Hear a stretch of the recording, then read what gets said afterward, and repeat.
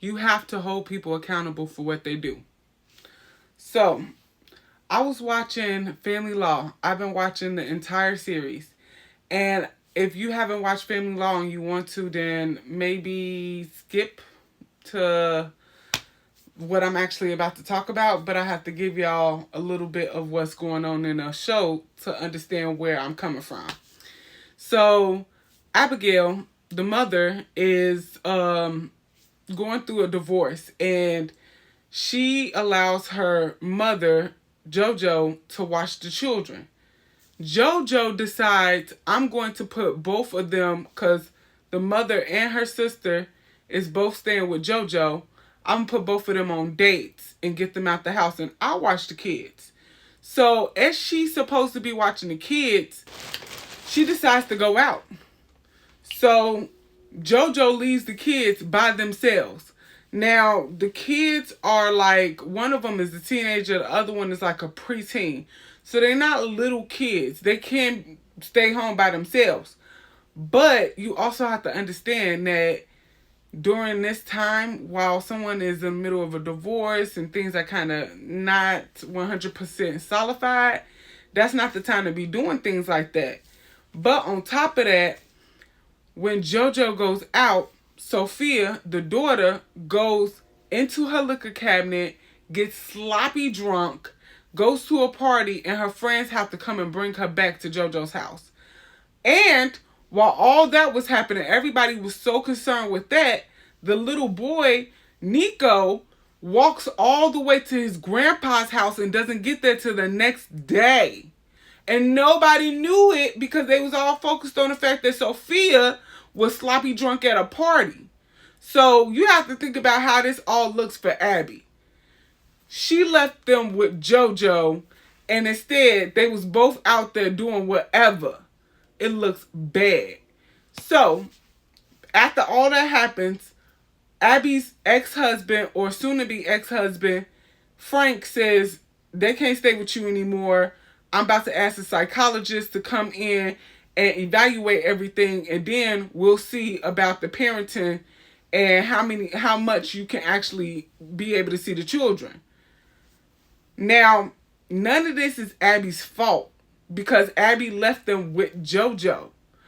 But when JoJo says, this is all my fault, if I had went out that night, none of this stuff would be happening, Abby instantly says, no, it's not your fault. It's Frank's, her ex-husband, because he's the one asking for the psychologist to come in. It's not Frank's fault that all of that stuff happened. That is on JoJo. And that's what I want to talk about. Just because we are switching our mindset and we're moving into more positive places does not mean that we don't hold people accountable for their actions. Now, if you look at this is the scale of vibrations energetically, and you can see that blame is pretty low. It's right in front of discouragement, like it's pretty low. So we don't want to be in a blame mentality. But being in a blame mentality is like saying, oh, it's this person's fault that this is happening, and it's that person's fault that that's happening.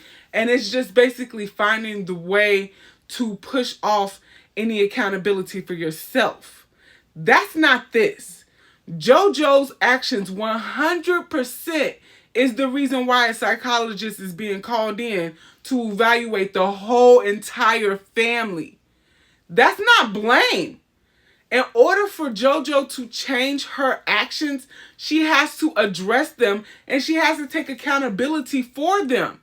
And by Abby saying, it's not your fault, it's Frank's, she is dismissing all of the actions that JoJo did that led to this moment. Just because you are not in a blame mindset, which technically Abby still is, she's just blaming Frank, even though it's not his fault. But even though you're switching to a mindset that is more positive or more high vibrational than blame, does not mean that you should not hold people accountable for their actions. Because if you do not hold people accountable for their actions, what happens is they continue to repeat the same actions and you continue to get those consequences of their actions. And the reason why I'm saying that is because when Abby was little, JoJo used to go out and get drunk with her boyfriends and leave Abigail alone at home. And one time she did that, and Abby was by herself and bored, and somebody invited her over, and he said it was going to be a party. But when Abigail got there, it was just her, him, and a bottle of liquor. And at the end of the night, she can't remember what happened. She just knows that he left afterwards and she was no longer innocent. Okay? That happened on JoJo's watch too. So, all in all, JoJo's actions have been doing this. She's been doing the same actions for decades. And because no one is holding her accountable for them, she continues to repeat them. The only way to make someone stop doing things that affect you negatively is to address it. It's not to blame them, but it's to simply say, hey, these negative actions that you continually, repeatedly do are affecting everyone around you in a negative way. And in order to stay being able to be around us, you're going to have to stop doing that. This little piece of hair just want to be in the camera, like, calm down. But in order for you to be in our lives, you're going to have to stop doing that negative action that continually brings its problems for everybody else around you. That's not blame. In order to make people change their negative actions, you have to address it. Do not continue to let people do things that affect you negatively. And the reason why is because if you continue to allow them to do it, they will continue to do it. It's been 20 years since Abby was a little girl going over to that boy's house. JoJo's actions hadn't changed for 20 years. It's 20 years she's been doing the same things. And it's just a blessing that Sophia, Abigail's daughter, did not go through the same things that Abigail went through.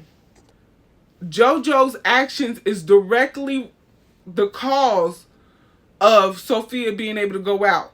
It's directly the cause of Nico walking through the night, all the way through the night to his grandpa's house. And it's directly the cause of a psychiatrist having to come in and evaluate the entire family. So do not tell people, oh, it's not your fault if it is. Say, okay, now that we've established what caused this, we need to evaluate how we can change our actions so we do not continue to get these results. That is what you should do. You don't sit up there and tell them, oh, it's not your fault. No. Because all you're doing is allowing them to think, oh, well, I can continue to act the way I act. No, you cannot. I want y'all to have a fantastic day. Remember, it's up to you, no one else.